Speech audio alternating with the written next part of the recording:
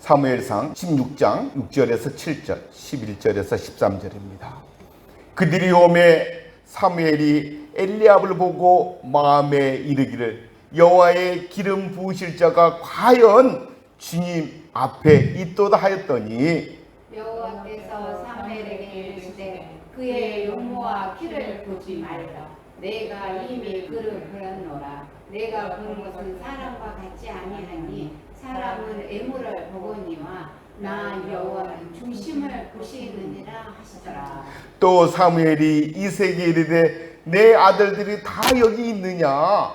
이새가 이르되 아직 막내가 남았는데 그는 양을 지키나이다. 사무엘이 이새에게 이르되 사람을 보내어 그를 데려오라. 그가 여기 오기까지는 우리가 식사 자리에 앉지 아니하겠노라.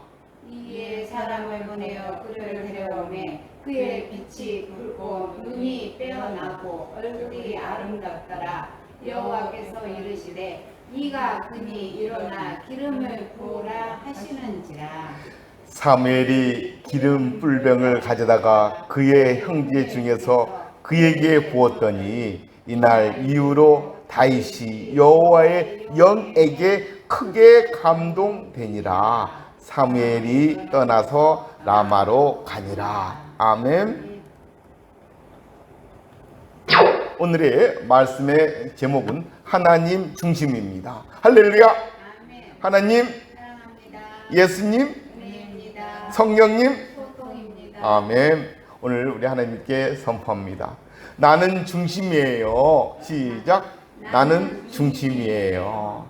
나의 중심은 늘 누구를 두겠다는 얘기? 하나님이 나의 중심이 된다는 거예요. 여러분들의 마음의 모든 것을 다 하나님의 사랑으로, 하나님의 뜻으로, 하나님이 생각하는 모든 것을 내 안에 중심으로 세우는 거야. 그렇게 해서 뭐가 없어져야 돼? 내 중심이 없어야 돼. 내 생각, 내가 원하는 것, 내가 좋아하는 것을 이제는 내려놓고 모든 걸 누구로 바꾸는 거야? 하나님 중심으로 바꾸는 거야. 그러기 위해서는 내 탐욕과 내 욕심과 내가 생각하고 있는 그런 고집을 다 내려놓으셔요. 이제는 그거 다 이제는 젊었을 때는 쓰는 거고 지금은 모든 것을 다 내려놓고 오로지 하나님의 생각으로 하나님의 자녀로서의 삶이 완성되기를 주 예수 그리스도 이름으로 축원드립니다. 기도하겠습니다.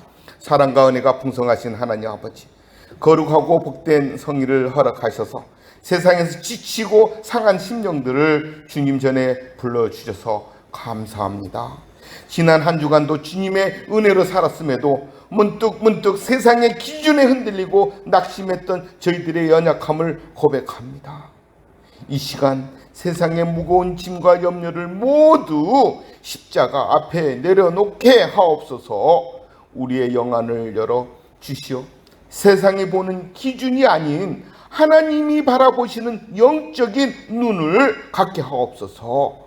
부족한 종을 단위에 세웠사오니 오직 성령의 두루마기를 입혀주시고 선포되는 말씀을 통해 성도들의 심령의 위로를 얻고 변화되는 역사가 일어나게 하옵소서. 예수 시각 우리 가운데에 임재하실 성령님을 기대하며 예수 그리스도 이름으로 기도합니다. 아멘.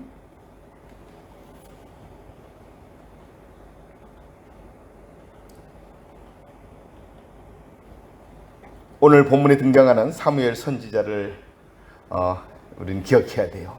이 사무엘 선지자는요, 정말 하나님이 마지막으로 사사로 세우셨던 분이시고, 그 사사라는 게 바로 뭘 말하는 거예요? 전체를 다 말하는 거예요. 왕의 역할도 하고 제사장 역할도 하고 하나님의 선지자 역할도 하고 예언자 역할도 하고 모든 것을 맡아서 하는 그런 하나님의 사람인 거예요. 그래서 사무엘은 하나님이 태어날 때부터 나시린으로 태어났어요. 하나님이 선택받은 하나님의 사람으로 태어났던 거예요. 이 사무엘의 그 능력은 어마어마한, 그는 왕이란 말이죠. 왕이었단 말이죠. 근데 많은 백성들이 우리나라도 왕을 세워주셔요 라고 이 사사 사무엘에게 이해했을 때 사무엘이 하나님께 백성들이 왕을 원합니다. 왕을 세워야 됩니다. 왕이 하나님이 마음이 불편했지만 백성들의 말을 들어줘라 해서 왕을 첫 번째로 사무엘이 하나님의 기름을 부어준 자가 바로 누구예요? 사울이에요. 사울을 통해서. 근데 사울이 자기가 가지고 있는 모든 그 왕의 능력을 인간적인 자기의 능력으로 모든 걸 하다 보니까 너무나 많은 문제들이 생기고 하나님에게 순종치 못하는 거야. 자기가 전부가 돼버리는 거예요. 그래서 하나님에겐 결국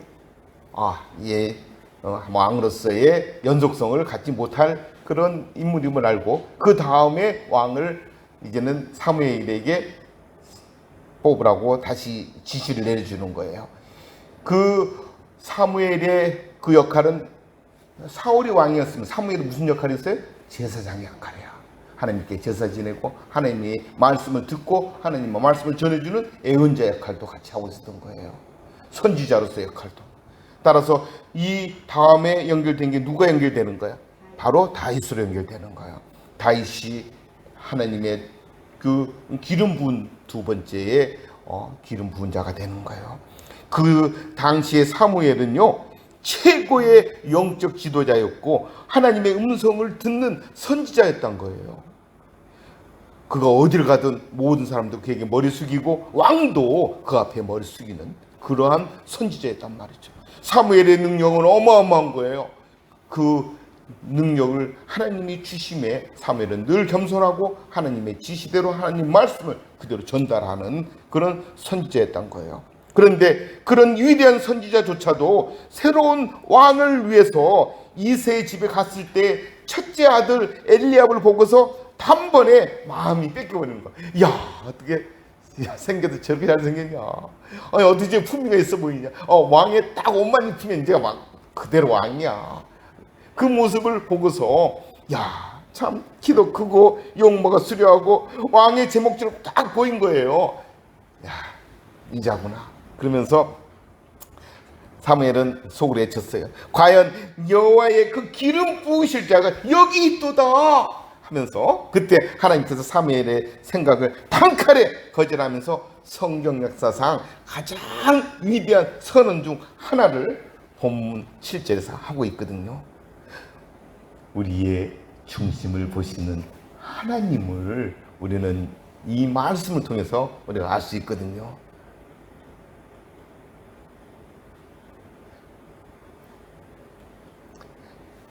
6장 같이 읽어보죠. 시작. 그들이 오매 사무엘이 엘리압을 보고 마음에 이르기를 여호와의 기름 부으실 자가 과연 주님 앞에 있도다 이렇게 감탄을 하는 거야. 이랬을 때 이 사무엘의 모습은 너무나 하나님의 뜻을 내가 전달해야겠구나. 그래서 기름 잔을 준비하는 거예요. 여기다 기름을 붓고 머리에 부면은 하나님의 능력이 들어가는 거야. 우리의 모든 삶들이 그러거든요. 이 삶 자체가 우리의 삶 자체가 이 강당에 있는 이 교탁도 이게 밖에 있을 때 거기 있을 때는 그냥 나무 조각의 한 책상일 뿐이지만 하나님 앞에 성전에 들어와 있을 때는 이것은 기름 부은 하나의 능력의 교탁이 되는 거예요. 이와 같이 우리 인간도 마찬가지예요. 그냥 있을 때는 그냥 일반의 사람이죠. 거기에 하나님의 기름이 부어졌을 때는 뭐가 들어가는 거야? 성의 능력이 들어가는 거야. 영이 들어가는 거야. 그래서 이 기름 부은 것은 엄청 중요한 거거든요.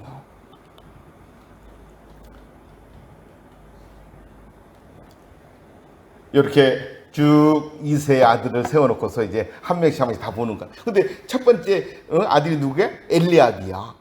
딱 보니까 이게 장난이 아닌 걸. 둘째, 셋째, 넷째, 다섯째, 여섯째까지 다 하나님께 첫 번째 엘리압을 보고 얘니까 하나님이 가장 잘생긴 이렇게 멋지게 잘생긴 딱 모습을 보니 아이고 두말할 나위가 없는 거지. 이런 모습에 사무엘은 그 모습으로 보고 외곽으로 보고 모든 걸 평가한 거예요. 근데 하나님이 뭐라고 얘기했어요? 7절 같이 읽어봐요. 시작. 여호와께서 사무엘에게 이르시되 그의 용모와 키를 보지 말라. 내가 이미 그를 버렸노라. 내가 보는 것은 사람과 같지 아니하니. 사람은 뭘 보는 거예요? 외모를 보거니와 나 여호와는 중심을 보시느니라 하시더라. 아멘. 이거거든요. 우리 그 김권찰님이 우리 이민자 그 자매를 봤을 때 뭘 봤어요? 외모를 봤나요? 중심을 봤잖아요. 마음이 착해 보여. 이민자 사모는 김권찰님 뭘 봤어요? 중심을 봤잖아요. 마음의 중심. 그거 저기 막 그 떨어져 있는 그 옛날에 간에 그거 하는 걸 막 주워가지고 버려주는 걸 보고서 마음의 중심을 거기서 하나에서 보는 거야. 너무 우리는 항상 그러잖아요. 조금가 하나에 우리 감동받잖아요. 그게 하나님이 우리에게 보여주시는 거거든요. 여호와께서는 늘 우리 사람하고는 달리 하나님은 사람의 외모를 보거니와 우리 사람은 외모를 보거냐 여호와는 우리의 중심을 보시는 분이다 라는 걸 하나님이 바로 여기서 우리에게 선포하시는 거예요. 이게 성경 역사상 가장 위대한 선언 중에 하나예요. 하나님 절대 너네 가지고 있는 재산, 너네 가지고 있는 학벌, 너네 가지고 있는 너네 조상들의 그런 백그라운드, 나 그런 거 다 하나도 안 봐. 나는 오직 보는 거 뭘 본다? 너의 중심을 본다. 이거거든요. 그래서 이 아무리 잘 살고 연결되는 그 자녀들이 할지라도 그게 모두가 잘 되진 않아. 반드시 하나님이 선택된 그 자녀는 또 따로 있다는 거예요. 아멘. 하나님께서 사무엘에게 이르시되 그의 용모와 키를 보지 말라. 내가 이미 그를 버렸노라. 내가 보는 것은 사람과 같지 아니하니 사람의 외모를 보거니와 나 여호와의 중심을 보니라. 이 머리털까지 다 하나님 세시는 분이거든요. 그 아이의 그 사람의 모든 그 삶의 전부를 하나님은 다 알고 계신다는 거예요. 아멘. 중심을 보시는 하나님이시거든요. 중심을 본다는 것은요, 내 마음에 모두 다 알고 계신다는 거예요. 내가 어떤 악한 마음을 가지고 있는지, 내가 어떤 선한을 가지고 있는지를 하나님은 다 이미 우리에게 다 캐치를 하신 분이라는 거예요. 따라서 하나님 우리에게 자유의 의지를 주셨지만, 자유의지라는 건 내가 선택해서 내가 결정하고 내가 이뤄나갈 수 있지만은 더 큰 것은 그 결정을 우리는 누굴 중심으로? 하나님 중심으로 내가 바꾸는 거. 이게 하나님이 주신 우리의 자유의지거든요. 네 멋대로 살래? 내 말대로 살래? 이 선택은 우리한테 있는 거야. 내 멋대로 살래요. 그래, 네 멋대로 살아. 하나님이 이거예요. 나는 하나님 중심으로 살려고. 그래, 일로 들어와. 이것의 선택이 딱 하나지. 뭐 다른 조건이 필요 없다는 거예요. 내 모습 이대로 주께 가오니 십자가 주 보혈로 나를 정결케 하소서. 오늘 이 말씀을 통해 세상의 기준에 흔들리던 우리의 시선을 교정하고 하나님께 찾으시는 그 한 사람의 중심이 무엇인지를 함께 나누는 은혜의 시간이 되기를 주 예수 그리스도로 축원드립니다. 우리 이 그림에 보면 그 밑에 그림이 있죠. 많이 봤던 그림이죠. 어떤 아이가 기도를 하고 있는 거예요. 이 그림은 명화예요. 이 아이의 주인공이 누군지 알아요? 사무엘이. 예, 그래서 이 그림의 제목이 뭐예요? 사무엘의 기도예요. 사무엘이 나시린으로 태어나서 어릴 때부터 하나님께 기도했고 그 어릴 때의 기도가 하나님의 응답을 받았어요. 그래서 이 기도의 이 그림의 제목이 뭐라고? 사무엘 기도예요. 아멘.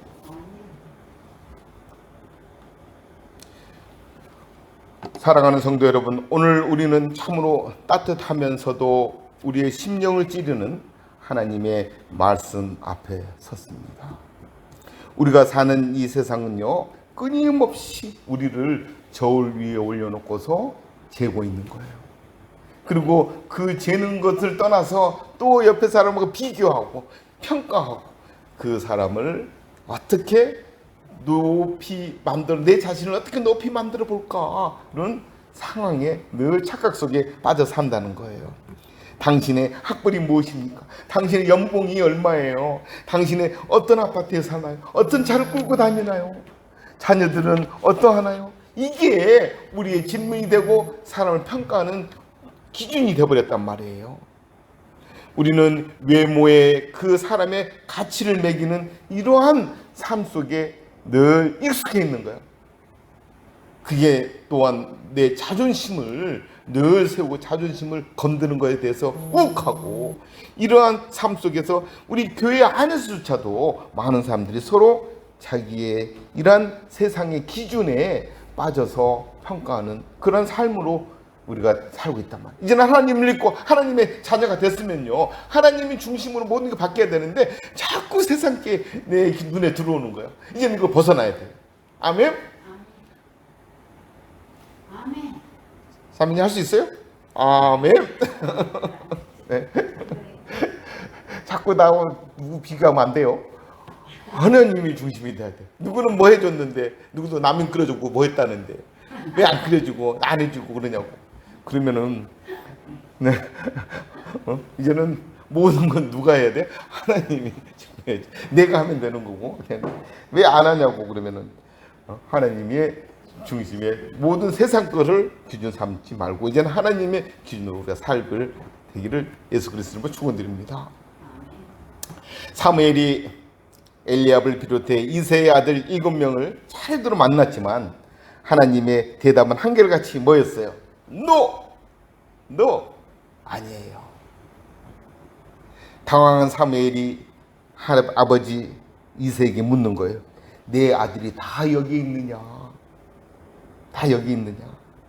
그때 이새가 대답하는 거예요. 11절 같이 보죠. 시작. 사무엘이 이새에게 이르되 내 아들들이 다 여기 있느냐? 이새가 이르되 아직 막내가 남았는데 그는 양을 지키나이다. 사무엘이 이새에게 이르되 사람을 보내어 그를 데려오라. 그가 여기 오기까지는 우리가 식사 자리에 앉지 아니하겠노라. 아직 막내가 남았는데 그는 지금 뭐하고 있다고 그랬어요? 양을 치고 있다는 거예요. 어떻게 양을 치고 있어요? 이렇게 양을 치고 있고 남들은 다 모여가지고 축복받으려고, 사무엘이 축복받으려고 자녀 7명은 다 거기에 멋진 옷을 갈아입고 다 준비하고 있는데 이 막내 다윗은 뺀찌 되는 거야. 너는 안 돼. 너는 가서 양이나 지키고 양똥이나 치우고 있어. 이제 곰이나 그 악한 것들 오면 지키고 그들 쫓아내고 너는 그거나 하고 있어. 그러면서 여기서의 그 다윗은 완전히 제외된 그런 대상이었다는 거예요. 우리는 깊은 영적 묵상을 하게 합니다. 아버지 이새조차도 막내 아들 다윗은 왕의 후보의 목록에서 아예 넣지도 않았고 그를 이곳에 데려올 생각도 전혀 없었다는 거예요. 이 위대한 선지자가 와서 제사를 드리고 가문의 축복을 드리고 개인에게 다 성령의 능력에, 하나님의 능력에 이 기름을 부어주려고 이곳에 왔지만 다윗은 그곳에 초대받지 못했다는 거예요. 가족들에게도 저서다 잊혀진 존재, 있으나 마나한 그런 존재였던 자가 바로 누구예요? 다윗이었다는 거예요. 여러분, 우리 한번 이 장면을 생각해 봐요. 이새의 집 안방에 화려한 잔치가 벌어지고 있고 그 향기로운 고기 냄새가 은은하게 들어오는데 그 선지자의 엄숙한 목소리가 들리는 거예요. 하나님의 능력이, 축복이 임하노라. 형들은 제일 좋은 옷을 입고 기름 부음을 받기 위해 줄을 서 있는 거예요. 하지만 시각 저 멀리 거칠고 삭막한 유대 광야에 한 소년이 먼지를 뒤집어 쓴 채 양을 돌보고 있는 거예요. 곰의 사나운 공격의 울음소리가 들려오고 무서운 광야에 홀로 애롭게 양을 치고 있는 그 소년, 바로 다윗을 우리는 이 화면에서 보고 있는 거예요. 이것이 세상의 모습이거든요. 조건이 안 되면 소외시키고 능력이 없으면 제쳐버리고, 하지만 하나님은 어떻게 하십니까? 그가 오기까지는 우리가 식사 자리에 앉지 아니하겠노라. 하나님은 세상이 제쳐둔 그 한 사람, 광야에서 그 잊혀진 그 소년을 위해서 온 우주의 잔치를 멈추시는 거예요. 그리고 기다리신 분이라는 거예요. 아멘. 다윗의 이 모습은 더 사자와 곰으로부터의 자기 동료들을 지키는 거, 이게 더 중요한 거예요. 가서 기름 붓고 능력을 받는 그 상황의 자세는 결국 나의 중심이고 내가 갖고자 하는 거지. 하지만 다윗은 자기가 해야 될 하나님의 본분을 바로 지키는 것, 이게 그에게는 더 중요했던 거예요. 그렇다면 하나님은 왜 형들을 제쳐두고 광야에 다윗을 선택하셨을까요? 하나님이 보신 다윗의 중심은 무엇이었을까요? 마음씨에 착하다는 뜻이 아니에요. 그가 모든 것을 다 자기가 스스로 할 줄 아는 그런 착함의 것으로 모든 게 결정되는 거 아니에요. 성경 전체를 통해서 볼 때 다윗의 중심은 딱 세 가지로 요약할 수 있어요. 첫 번째, 아무도 보지 않을 때 충성된 마음으로 자기 역할을 다했다는 거예요. 다윗은 아버지가 맡긴 작은 양 한 떼를 지키기에 목숨을 걸었어요. 사자와 곰이 와서 양 새끼를 물고 가면 도망치는 도망치는 그 사자를 쫓아가서 그 입에서 양을 구해내는 그러한 용기를 가지고 있었던 거예요. 또 책임을 가지고 있었고, 아무도 알려주지 않은 그런 광야에 칭찬해줄 부모도 없는 그곳에 다윗은 하나님 앞에 살았다는 거예요. 큰 일을 맡기기 전 작은 일에 생명을 거는 그 중심을 하나님은 그거를 대견하게 보시고 하나님은 신뢰를 갖게 되는 거예요. 둘째로는 하나님 한 분만 만족하는 그런 애배자의 마음이라는 거예요. 다윗이 광야에서 애롭게 양을 치며 불렀던 노래들이 있거든요. 바로 시편의 주옥 같은 그런 고백의 노래가 있는 거예요. 시편에 있는 모든 노래가 바로 그런 하나님의 그 노래에서 시작되는 거거든요. 시편 23편 1절에 뭐가 나와요? 여호와는 나의 목자시니 내게 부족함이 없으시로다. 여호와는 나의 목자시니 내게 부족함이 없으리로다. 나를 푸른 풀밭으로 인도하시는 그 여호와의 목자의 찬양이 바로 다윗이 하나님께 찬양한 그 시이거든요.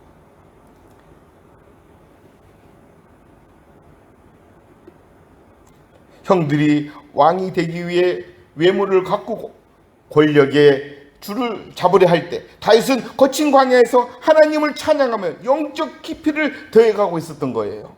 그의 중심은 온통 하나님으로 가득 차 있었다는 거예요. 아멘. 오늘 우리 다시 한번 이 시간을 거쳐서 반드시 마음에 새기셔요. 나의 중심에 누가 있다? 하나님이시다. 아멘. 셋째로 철저히 하나님을 신뢰하는 믿음이었다는 거예요. 훗날 골리앗 앞에 섰을 때 다윗이 뭐라고 했어요? 너는 칼과 창과 단창으로 내게 나아오거니와 나는 만군의 여호와 이름으로 내게 나아가노라. 이게 바로 하나님이 누구에게 준, 다윗에게 준 용기거든요.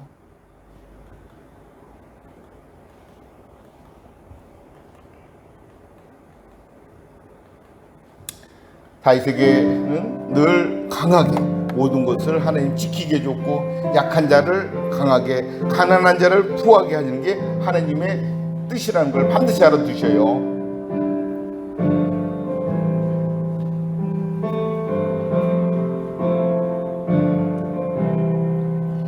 약한 나로 강하게, 가난한 날 부하게, 눈먼 날 볼 수 있게 주 내게 행하셨네.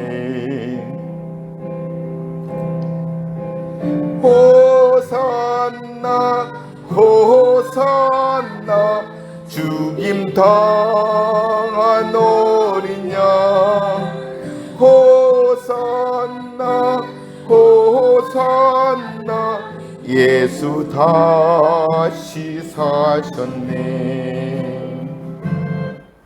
하나님은 눈에 보이는 군대나 무기가 아니라 오직 여호와의 이름만을 의지하는 다윗의 그 뜨거운 중심을 보셨다는 거예요. 이게 바로 누구 중심? 하나님 중심이라는 거예요. 미국의 위대한 대통령 16대 대통령 에브라함 링컨을 우리는 얘기하고 있어요. 그는 평생 외모 콤플렉스가 있었는데요. 키는 빼짝 말라가지고 멀때같이 키가 크고 얼굴은 아주 못생겨가지고 정적들에게 늘 고릴라라는 그런 모욕적인 말을 듣고 했어요. 선거운동 중에 한 어린 소녀가 그에게 편지를 썼대요. 아저씨 얼굴이 너무 험상궂어 보여요.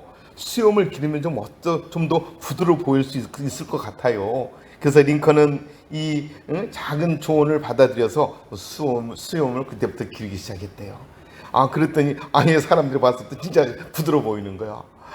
이제 옛날 그 모습이 아닌 거야. 수염 하나 길렀는데 우리도 한번 수염을 한번 길러볼. 형님 한번 수염을 우리 한번 길러보죠. 근데 링컨을 위대하게 만든 것은 결코 이 수염이나 외모가 아니었던 거예요. 그는 남군과 북군이 나와 싸웠을 때 그 북군이 이겨야 되는데 늘 북군이 어려움을 처할 때마다 그는 하나님께 기도했잖아요. 그래서 그는 그 기도가 늘 하나님 중심으로 기도했고 그 남북전쟁의 거대한 위기 속에서도 늘 집무실 무릎 위에 성경을 올려놓고 기도했던 대통령이었던 거예요. 그가 죽은 후 그의 주머니에서 발견된 것은요, 낡은 성경책 한 권과 그리고 손수건, 그리고 그가 비난했던 그런 신문 스크랩을 몇 개를 늘 안고 있었대요. 이걸 위해 내가 마음 아파하는 게 아니라 그걸 위해서 뭐 했어요? 하나님께 기도했던 거예요. 세상은 그의 볼품없는 외모를 조롱했지만 하나님은 흑인 노예를 해방시키고 나라를 바로 세우는 그의 중심을 보시고 미국 역사상 가장 존경받는 미국 대통령으로 지금까지 모든 사람들의 숭상을 영광을 받고 있는 거예요. 성도 여러분, 오늘의 세상의 평가는 유한합니다. 이 세상의 평가는 하다가 없어지가도 또 낮아지고 높아지기도 하지만은, 그러나 하나님의 평가는 영원하다는 거예요. 하나님의 그 나라에 임하시는 그 모든 것이 우리는 끝까지 지속된다는 거예요. 주님은 오늘 이 시간에도 우리의 외모나 스펙이 아니라 주님을 향한 우리의 진실한 중심을 바라보고 계신다는 거예요. 아멘. 오늘 본문의 말씀 속에서 기름 부음과 성령의 역사가 늘 우리에게 임하신다는 거예요. 마침내 다윗이 잔치자리에 들어왔어요. 거친 숨을 몰아쉬면서 땀과 양 냄새를 풍기는 그런 소년의 모습으로 나타났던 거예요. 12절 다시 한번 읽어보죠. 시작. 이에 사람을 보내어 그를 데려오매 그의 빛이 붉고 눈이 빼어나고 얼굴이 아름답더라. 여호와께서 이르시되 이가 그니 일어나 기름을 부으라 하시는지라. 아멘. 하나님이 말씀하십니다. 이가 그니 일어나 기름을 부어라. 이제 하나님은 바로 사무엘에게 지시를 내는 거예요. 사무엘이 기름 뿔병을 가져다와 다윗에게 부었을 때 놀라운 일이 일어나는 거예요. 이 다윗의 모습에 그 기름의 뿔을 부었을 때 모든 그 이새와 그리고 그의 형제들은 기름 부어지는 이 장면에 감동받았어요. 사무엘이 기름불병을 가져다가 다윗에게 붓는 그 순간에 사무엘은 뭐가 된 거예요? 이날 이후에 다윗이 여호와의 영을 결국은 감동받는 거예요. 13절 같이 읽어보죠. 시작. 사무엘이 기름불병을 가져다가 그의 형제 중에서 그에게 부었더니 이날 이후로 다윗이 여호와의 영에게 크게 감동되니라. 사무엘이 떠나서 라마로 가니라. 이날 이후로 누가? 다윗이 누구의 영? 여호와의 영에게 크게 감동되니라. 다윗이 하나님의 영에 드디어 영접을 받는 거야. 이게 우리의 하나님의 자녀로서의 우리 권세가 바로 이런 거거든요. 우리는 이미 하나님의 권세로서 자녀로서 이제는 받았어요. 영을 우리도 역시 하나님의 그 기름 부을 우리도 받았단 말이에요. 그렇기 때문에 우리도 누리는 자녀로서의 권세가 다 주어졌단 말이에요. 이제 누리셔요. 이제는 선포하셔요. 하나님이 우리에게 모든 것을 이미 승리로 이끌어 놓았는데 왜 내가 걱정 근심하고 그 세상 것에 자꾸만 나를 허물어뜨리나요? 나를 악화시키나요? 내가 부족하다고 하나요? 천만에요. 하나님이 이미 다 주셨고 우리는 이미 다 가졌다는 거예요. 이게 바로 다윗이 여호와의 영에게 감동받았던 이 사실은 벌써 우리에게 다 이미 완성됐다는 거예요. 하나님이 중심을 보시고 선택한 사람에게 주시는 최고의 선물이 바로 성령의 임재라는 거예요. 우리는 하나님의 영으로 하나님의 자녀로 이곳에 와 있다는 것은 하나님이 우리에게 임재됐담을 이미 우리하고 약속했던 하나의 선포가 지금 우리들에게 보여주고 있는 거거든요. 다윗이 왕이 될 수 있었던 것은 그가 잘 나서가 아니요, 그가 부어진 성령의 능력 때문이라는 거예요. 아멘. 우리도 마찬가지예요. 우리는 연약해요. 배운 것도 부족하고 가진 것도 없고 모든 것이 다 갖춰진 것이 부족하지만 세상의 저 위에서는 늘 미달자예요. 부족해요. 뭔가 부족해요. 몇 프로가 꼭 부족해. 그러나 우리의 중심이 하나님을 향할 때 하나님은 우리에게 성령을 부어주시고 내 능력이 아니라 성령의 능력으로 세상이 감당치 못할 일을 행하게 하신다는 거예요. 아멘. 이 삶이 바로 하나님이 우리에게 주시는 권세라는 거예요. 이걸 내가 아느냐 모르냐 그 차이일 뿐이지 이미 우리는 가졌다는 것을 우리는 알고 행동했을 때는 어느 거 하나 두려움이 없고 모든 것은 완전히 하나님으로 승화되고 승리되는 거예요. 누리십시오. 이제는 여러분들은 어느 거 하나 부족함이 없다는 것을 내 자신이 하나님 앞에 내놓을 수 있다는 거예요.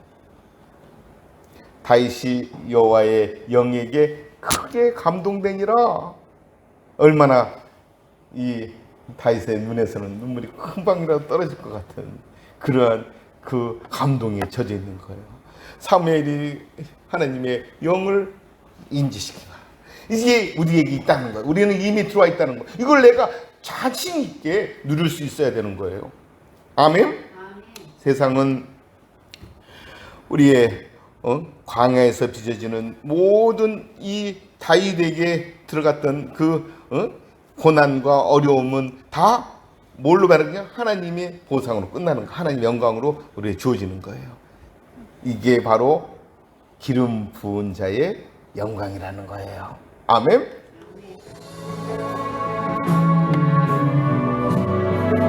하나님은 결코 어떤 거 한 번도 나에게 실망시켜 주지 않는 거예요. 나를 끝까지 하나님이 지켜주신다는 거예요. 하나님 한 번도 나를 실망시킨 적 없으시고 언제나 공평과 은혜로 나를 지키셨네. 지나온 모든 세월들 돌아보아도 그 어느 것 하나 주의 손길 안 미친 것 전혀 없네.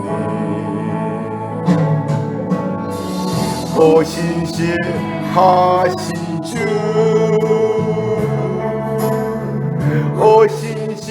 오신실하신 주, 내 너를 떠나지도 않으리라. 내 너를 버리지도 않으리라. 약속하셨던 주님, 그 약속을 지키사 이후로도 영원토록 나를 지키시리라 확신하네. 하나님은 한 번도 실수하지 않으신 분이라는 거예요. 말씀을 맺겠습니다. 사랑하는 성도 여러분, 혹시 지금 인생의 광야에 계신 분이 있습니까? 가족들에게조차 이해받지 못하고 세상의 경쟁 속에서 뒤처진 그런 눈물의 흘림을 경험해 보신 분이 있으십니까? 낙심하지 마십시오. 기억하십시오. 세상의 경쟁 속에서 뒤처진 것 같은 그런 눈물 흘리는 분이 여러분이 자신이라면은 결코 하나님은 여러분들을 반드시 기억하십니다. 다시 여러분들을 마음속으로 반드시 함께 하십니다. 그래서 여러분들의 그 다윗이 왕으로 선택받은 곳은 화려한 궁궐이 아니고 외로운 광야였고, 아무도 보지 않는 그 광야에서 다윗의 바로 이 다윗의 중심이 빚어졌고, 하나님은 바로 그 광야에 다윗을 찾아오셨다는 거예요. 아멘. 세상은 끊임없이 우리에게 너는 무엇을 가졌느냐, 내가 나를 사랑하느냐, 이 시간 세상의 헛된 저울을 과감히 깨트려 버리고 외모를 가꾸기 위해 전전긍긍하고 내 능력을 더 올리기 위해서, 그리고 내 주변의 사람들에게 내를 더 과시하기 위해서 여러분들의 그거를 더 보이려고 애를 쓰지 말고 내 마음의 중심을 하나님께 드리는 진정한 이 예배의 참석자가 되어야 되거든요. 예배를 드리고 하나님께 하는 그 자체만으로도 하나님은 이미 여러분들을 용서시켰고 여러분들의 자녀로 이루어 놨다는 거예요. 그리하여 다윗처럼 하나님의 마음에 합한 자로 인정받고 성령에 크게 감동되어 이 어두운 세상에 하나님의 살아계심을 증거하는 복된 인생이 되시기를 주님의 이름으로 간절히 축원드립니다. 기도하겠습니다. 은혜로우신 하나님 아버지, 오늘 말씀을 통해 세상의 기준에 멍들고 상처받았던 우리의 심령을 위로해 주시니 감사합니다. 늘 눈에 보이는 외모와 조건에 연연하며 남과 비교하고 낙심했던 저희의 어리석음을 용서하여 주시옵소서. 사람은 외모로 보되 오직 여호와의 중심을 보신다 하셨사오니 우리의 중심이 늘 주님을 향하게 하옵소서. 아무도 보지 않는 광야 같은 삶의 자리에서도 주님께 충성하게 하시고 오직 하나님 한 분으로 만족하는 예배자가 되게 하옵소서. 이 제단에 모인 모든 성도들 머리 위에 다윗에게 임했던 성령의 강력한 기름 부으심을 허락하여 주옵시고 오늘 모든 것을 하나님 앞에 자녀로서의 또 누릴 수 있는 권세가 있음에 감사하는 저희들 되게 하여 주옵소서. 이 모든 말씀 주 예수 그리스도 이름으로 감사하며 기도합니다. 아멘. 주님의 모든 명령에 순종할 준비가 된 사람에게 주님이 일을 맡기시고 필요한 모든 자원을 제공하십니다. 여러분, 그러한 준비된 사람, 그게 바로 뭐예요? 하나님의 중심으로 갖는 그 마음에서 시작이라는 거예요. 아멘. 선한 자는 여호와의 승인을 얻지만은 악한 계략을 꾸미는 자는요, 그분이 항상 뭐 한다고? 정죄한다는 거예요. 선한 사람의 덕목에는 뭐가 있어요? 첫 번째, 선한 사람의 덕목에는 자기 진기, 공평함, 그리고 겸손, 동정심, 신중함 같은 이런 모든 게 다 포함되어 있지만 그러한 사람의 생각은 항상 어때요? 의롭고 그의 말을 격려적이고 그의 행동은 늘 공정하고 유익하다는 거예요. 우리의 삶 속에 늘 선한 삶이 되기를 주 예수 그리스도 이름으로 축원드립니다. 아멘.